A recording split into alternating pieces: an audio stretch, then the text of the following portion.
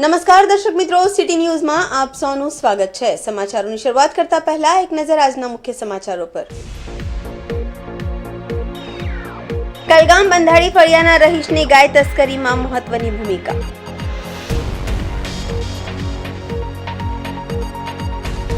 રોજગારી મુદ્દે વહાલા દવહાલાની નીતિ અપનાવતી હોય જેને લઈ સ્થાનિક કેટલાક યુવાનોમાં નારાજગી।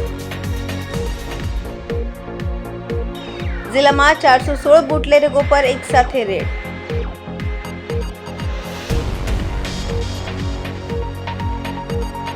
केरी पाकना नुकसानનું વળતર ચૂકવવા सांसद ધવલભાઈ પટેલે કૃષિ મંત્રીને કરી લેખિત રજૂઆત। હવે સમાચાર વિગતવાર જોઈએ। ટેમ્પોમાં ગાય ભરી જતો કલગામ બંધાડી ફળિયાના રહીશની ગાય તસ્કરીમાં મહત્વની ભૂમિકા। ફણસા ગામથી એક સજ્જન જૈન સમાજના ખેડૂતે સંજાણના કસાઈને વેચેલી ગાયને ગેરકાયદેસર રીતે ભરી લઈ જતો ટ્રાન્સપોર્ટ કરતો કલગામ બંધાડી ફળિયાનો રહીશ અરવિંદ બોડક આહિર કે જેઓની પોલીસે ધરપકડ કરી છે, ત્યારે તેમની આ ગાય તસ્કરીમાં મહત્વની શંકાસ્પદ ભૂમિકા રહી છે। કાંઠા વિસ્તારના લોકોને ગૌરક્ષકના જણાવ્યા પ્રમાણે ડ્રાઈવર અરવિંદ આહિર કલગામ ઉપરાંત કાંઠા વિસ્તારના ઘણા પશુપાલકો સાથે સંપર્કમાં રહીને તેઓના પશુપાલન સસ્તામાં અથવા ઘણા પશુપાલકોને સમજાવી પટાવી સંજાણ બંદરના કસાયોને વેચતો હોય અને જેઓનું બધું સેટિંગ હોય એટલે પરવાનગી વિના જ પશુઓના ટ્રાન્સપોર્ટની જવાબદારી પણ જાતે જ લેતો હોય। આમ કાંઠા વિસ્તારમાંથી સંજાણ બંદર અને છેક મહારાષ્ટ્રની બોર્ડરના ગામડામાં પણ અરવિંદ આહિર પશુઓ સપ્લાય કરી ટ્રાન્સપોર્ટમાં લઈ જતો હોવાની ચર્ચાઓ કાંઠા વિસ્તારમાં ચાલી રહી છે।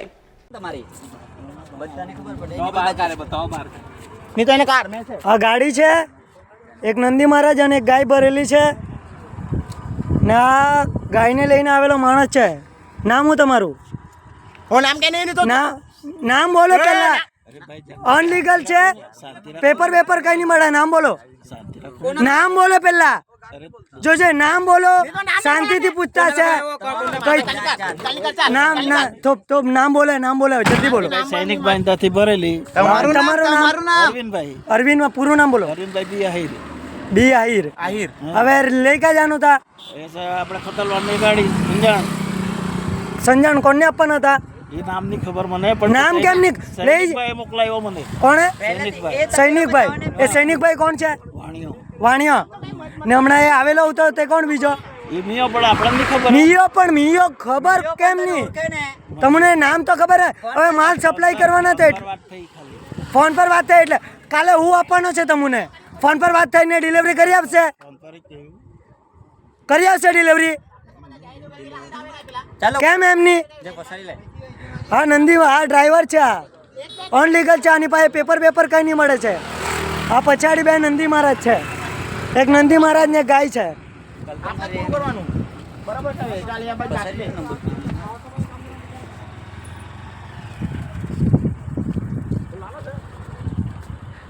તમારે રહેવાનું કઈ બાજુ? કલગામ કઈ બાજુ? હનુમાનજી રોડ। હવે શરમ લાગે બોલવાની, હવે જોરથી બોલો ને। અનલીગલી છે, લીગલી હોય તો પેપર હોય। પેપર બનાવવા કેવું? કેમ પેપર લાવ્યા? કેવી રીતના પેપર બનાવવા કેવી તો? એ લોકો કાંઈ કહ્યું કે બનાવીને આપતા, પણ હું વાપી છે। હા વાપી છે, તું લઈ જાય મને ફોન કરે। હા હવે કાલે હું ભરી આપવાનો છે પેપર, 2 દિવસ પછી બનાવવા લઈ જશે? પણ હું છે એમ કે ખબર છે ને? તબેલા પર આપવાની છે એમ કેવું? કયો તબેલા પર આપવાની છે ને કોને આપવાની છે? તો તબેલા વાળાનું નામ નથી। આ નામની ફોન પર કોન્ટેક્ટ ફોન પર કોન્ટેક્ટ કરે એટલે ડિલિવરી કરી આપશે। સંજાનમાં પછી તને ખબર વગર કા ઉતરવાનું? ત્યાં જઈને કાપી નાખી તો ગાયને।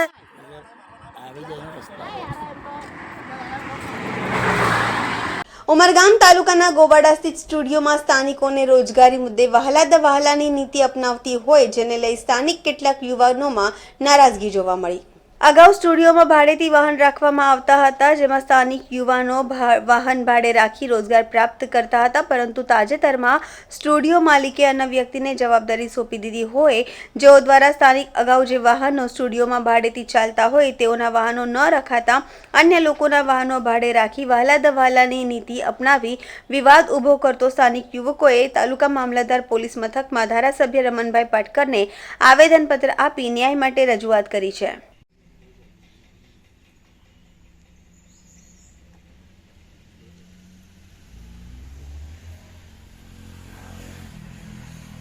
એક આદમી ચલાવવાનો 6 મહિના ચલાવી શકે તમે?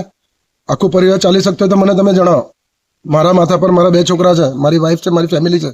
મારે તમે 8,000 મને ઘેર ચલાવો કે તમે તમારું ઘેર ચલાવી શકતો 8,000 તમે બોલો. તમે હકથી નીચે બેસી જાય તમે બોલો. અમે તે વસ્તુ થતું નહીં મળે અહીંયા.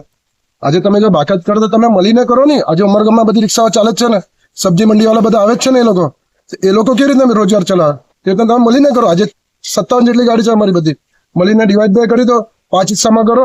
કેમની બધાનો દિવસ ભરે? 5 દિવસ બી ભરે તો પણ એક જણના ઘરે 10,000 રૂપિયા જાય. હું ખોટા છે? તમે તેવું કેમ નથી કરતા? તમે પોતાનું પેટ ભરવામાં છે, પોતાનું રોજગારી લેવામાં છે. બીજા આ બધા ગાડા થોડીના છે. આ લોકોનો બી તો વિચાર કરો ને. આ લોકો ક્યાં જવાના? આજે સ્ટુડિયોમાં બહારની ગાડી ચાલ્યા કરે, બહારના લોકો ચલાવ્યા અંદર નોકરી કર્યા કરે. કેમ તમે ગામના લોકોને રોજગાર આપો? તમે ગામના લોકોને રોજગાર કેમ નથી આપતા? આજે 15 ગાડી છે સ્ટુડિયો, 15 થી 16 ગાડી. આમાંથી 15 ગાડીને જો અગર ડ્રાઈવર મૂકી દીધો હોય, ભલે 20,000 રૂપિયા, 12,000, 17,000 રૂપિયા જે મળતો હોય, એ લોકોને રોજગારી ચાલી રહી. તમે બહારના ના આપ્યા, ગામના લોકોને શું તમે આપ્યું?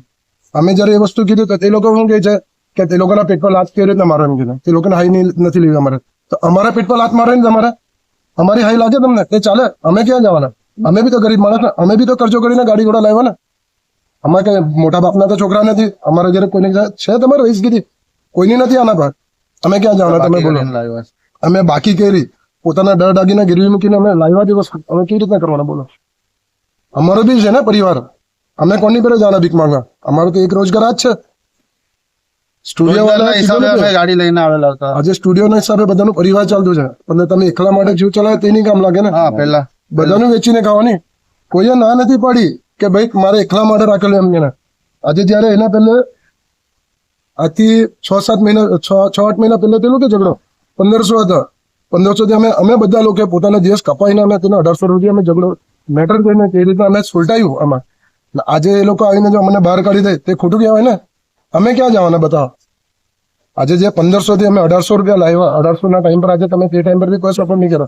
આજે તમારો મતલબ નીકળી એટલે બધાના બીજા બાકી 37 ગાડી ને 37 કે 35 ગાડી છે ને, એ 35 ગાડીને બહાર કાઢી નહીં.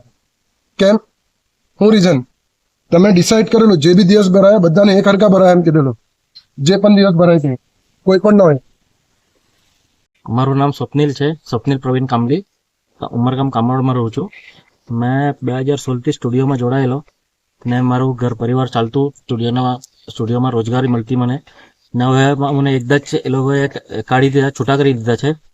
તો હવે અમને ગાડીના હપ્તા ભરવા, ઘર પર પરિવાર ચલાવવા જરા તકલીફ પડી રહી છે.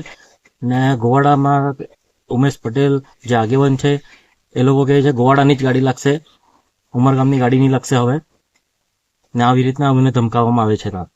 ને ગોવાડામાં જે એ લોકોના જે સપોર્ટ કરે એ લોકોની જ ગાડી લગાડે છે. ગોવાડામાં બીજાની પણ ગાડી લાગતી નથી. મારું નામ કિશોર રમેશ માહેવનજી છું. હું ગોવાડા દેહરી રામવાડીનો છું. અમે 10-15 વર્ષથી સ્ટુડિયોમાં કામ કરતા હતા. ગોવાડા વૃંદાવન મળીને બધા સમથીને ગાડી આપતા હતા. પણ હમણાંથી એવું થયું કે ઉમેશ પટેલ છે ગોવાડાનો હોદ્દેદાર, સરપંચ બી નથી, તે કીધું કે ભાઈ ગોવાડાના અમારે જે સપોર્ટ કરે છે 10 ગાડીવાળા તે લોકોની ગાડી લગાડશું, તમારી પછી લાગશે. તો અમારી લાગવાની જ નથી ને તે કોન્ટ્રાક્ટ ટાઈપનો લઈ લીધો છે. તેના કારણે અમને હટાવી દીધો. ગામને સપોર્ટ કરવાના બદલે તે સ્ટુડિયોનો સપોર્ટ કરી દીધો છે તે લોકો. તો અમારી હમણાં ગાડી લાગતી નથી. અમે ઘરે બેઠા છે 15 દિવસથી. હજી 2 મહિના થઈ ગયા, હજુ ગાડી લગાડી નહીં. અઠવાડિયામાં 1 ગાડી લગાડે છે અને તેઓની 10 ગાડી લાગે છે. તો અમે શું કરીએ? તેના માટે અમે આવેદનપત્ર મામલેદાર સાહેબને આપ્યું છે, ગોવાડામાં આપ્યું છે, બધી જગ્યાએ આપ્યું છે. સમાચારોમાં સમય છે નાનકડા વિરામનો. વિરામ બાદ આપ જોઈ શકશો જિલ્લામાં 416 બુટલેગરો પર એક સાથે રેડ.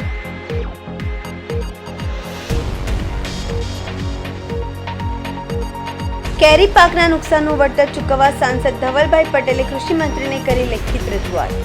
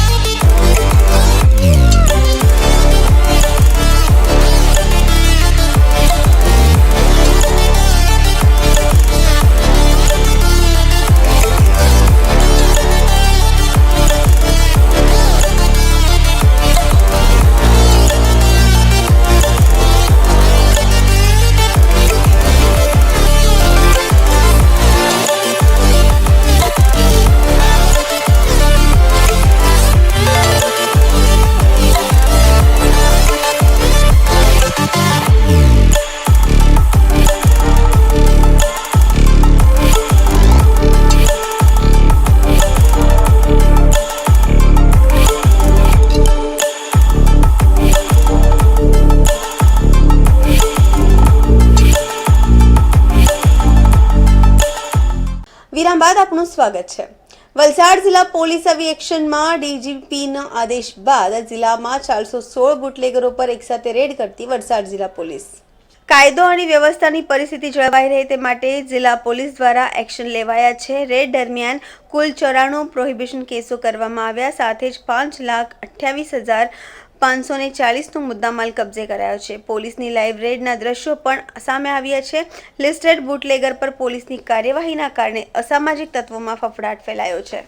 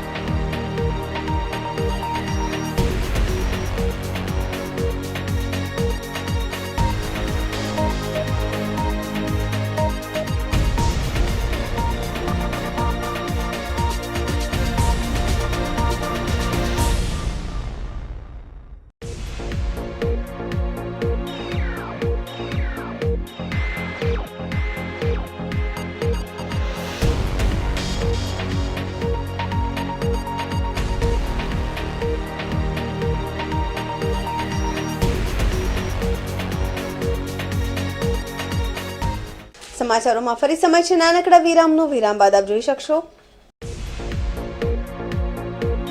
કેરી પાકના નુકસાનનું વળતર ચૂકવવા સાંસદ ધવલભાઈ પટેલે કૃષિ મંત્રીને કરી લેખિત રજૂઆત.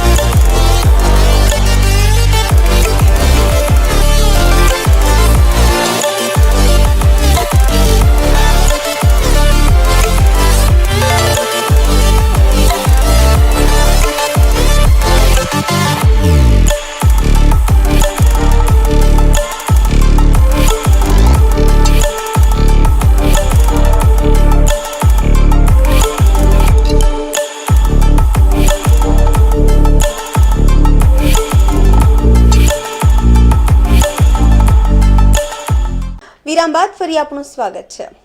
લોકસભાના દંડક વલસાડ ડાંગના સાંસદ ધવલભાઈ પટેલે કૃષિ મંત્રીને કરી લેખિત રજૂઆત. વલસાડ જિલ્લામાં કેરી પાકના નુકસાનનું વળતર ચૂકવવા ગુજરાત સરકારના કૃષિ મંત્રીને કરી લેખિત રજૂઆત. વર્તમાન વર્ષે વાતાવરણની પ્રતિકૂળ અસરના કારણે કેરીના પાકને લગભગ 80 થી 90% જેટલું નુકસાન થવા પામેલ છે ની પત્રમાં રજૂઆત કરાઈ છે. ખેતીવાડી ઉત્પન્ન બજાર સમિતિ તેમજ વિવિધ ખેડૂત સંઘોએ વલસાડ જિલ્લા કલેક્ટરને સરકારને પણ આ બાબતે આવેદનપત્ર આપી રજૂઆત કરાઈ હતી.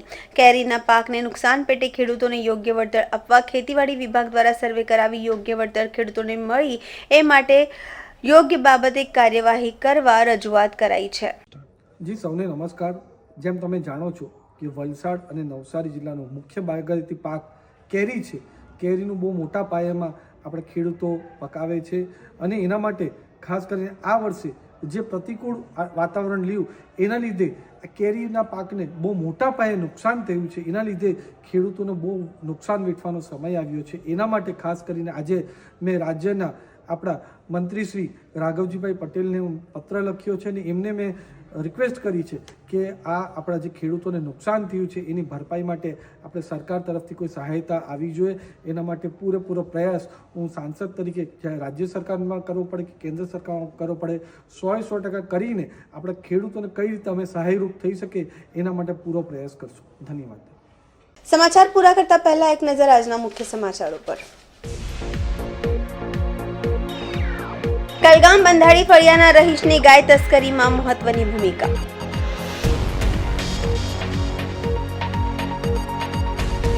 રોજગારી મુદ્દે વહાલા દવહાલાની નીતિ અપનાવતી હોય જેને લઈ સ્થાનિક કેટલાક યુવાનોમાં નારાજગી.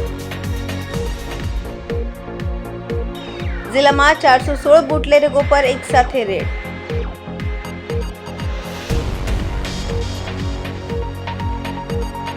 કેરી પાકના નુકસાનનું વળતર ચૂકવવા સાંસદ ધવલભાઈ પટેલે કૃષિ મંત્રીને કરી લેખિત રજૂઆત. તો આ હતા અત્યાર સુધીના સમાચાર. જોતા રહો સિટી ન્યૂઝ. નમસ્કાર.